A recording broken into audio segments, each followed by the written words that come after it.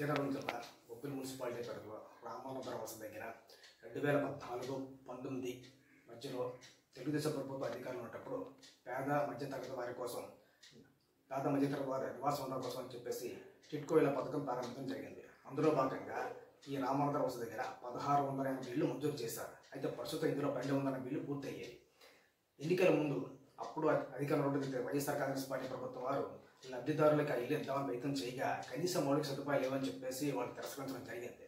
దీనికి ప్రధాన కారణం 5 సంవత్సరాల కాల వ్యవధిలో కూడా వైఎస్ఆర్ కాంగ్రెస్ పార్టీ ప్రభుత్వం వారు ఇల్లు పూర్తి చేసే లబ్ధిదారులు కోరుకోవడం పూర్తిగా వారి వైఫల్యం మనం పూర్తిగా ఖచ్చితంగా చెప్పవచ్చు. ప్రస్తుతం నేను ఇల్లు గమనించటకైతే మనకు గమనించటకైతే ప్రస్తుతం ఇల్లు కాద పరిస్థితి ఎలా ఉందంటే కనీస మౌలిక సదుపాయాలు లేవు. అంటే ముఖ్యంగా రహదారులు కానీ, కాలువలు కానీ, విద్యుత్ కానీ, త్రాగునీరు కానీ పూర్తిగా లేని పరిస్థితి.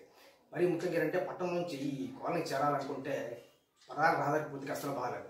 ఎలా అనుకుంటే ప్రధాన ముఖ్యమైన దారి ఏంటంటే డంపింగ్ యార్డ్ పక్క నుంచి వెళ్ళాల్సి వస్తుంది. అది పూర్తిగా పక్కతో ఎండిపోయి పూర్తిగా భూతలమయంగా ఉంది. వర్షం పడితే అసలు వెళ్ళని పరిస్థితి. ఇంతకుముందు అధికారులు హామీ ఇచ్చారంటే పారిశ్రామిక వాటి నుంచి బీటీ రహదారి ఏర్పాటు చేస్తామని చెప్పి ఆ హామీ కూడా కార్యక్రమం చేశారు.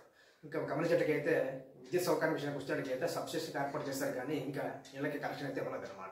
ఈ మౌలిక సదుపాయాలు ప్రస్తుతం ఉన్నటువంటి కూటమి ప్రభుత్వం దాని మీద దృష్టి పెట్టి ఈ మౌలిక సదుపాయాలు కల్పించి తొందరగా లబ్ధిదారులకు ఇల్లు ఇస్తే వాళ్ళు తొందరగా ఇల్లు దిగే అవకాశం ఉంటుంది అనమాట. ఎందుకంటే ఆల్రెడీ ఇప్పటికే చాలామంది బ్యాంక్ అధికారులు లబ్ధిదారులకేమని వాయిదాలు కట్టమని చెప్పేసి ఇళ్ళ వాయిదాలు కట్టమని చెప్పేసి వాళ్ళకి ఒత్తిడి తెస్తున్నారు.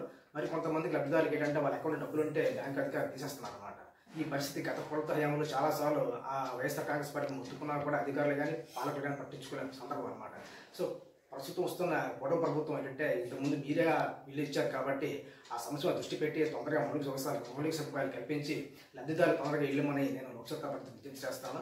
మరో విషయం ఏంటంటే అప్పుడు ఏం చేశారంటే ఈ టిట్కో ఇల్లు రద్దు చేసుకుని జగనన్న కాలనీ ఇల్లు స్థలం తీసుకోవడానికి దానికి ఏం చేస్తారంటే ఆ కట్టిన డబ్బులు 5,000 కొంతమంది కట్టారు, కొంతమంది 2,000 కట్టారు. ఆ డబ్బులు ఏమని వాపస్ ఇస్తామని చెప్తున్నారు. ఎందుకంటే చాలామంది పేద మహిళలు ప్రజలు తప్పు చేసి మరి ఇల్లు వస్తుందని చెప్పేసి డబ్బులు కట్టడం జరిగింది అనమాట. సో కనీస అధికారులు దీని స్పందన లేదు, అసలు డబ్బులు ఏమేమో కూడా తెలియని పరిస్థితి అనమాట. సో దాని మీద కూడా నేనేమంటున్నానంటే అధికారులతో ప్రభుత్వానికి ఒక్కసారి ఈ టిట్కో ఇళ్ల మీద నివేదిక ఒకటి తెప్పించుకొని అసలు ఎంతగా ఆ పరిస్థితి ఏమైంది, ఎంతవరకు వచ్చిందో గమనించి ఆ బాధ్యమైన వారి చర్యలు తీసుకొని లబ్ధిదారుగా డబ్బులు ఇప్పించి ఏర్పాటు చేసి తొందరగా ఈ టిట్కో ఇల్లు కూడా పూర్తి చేసి లబ్ధిదారికి ఇచ్చి ఏర్పాటు చేస్తానని చెప్పేసి నేను మరొకసారి లోక్సభ పార్టీ తరఫున విజ్ఞప్తి చేస్తున్నాను.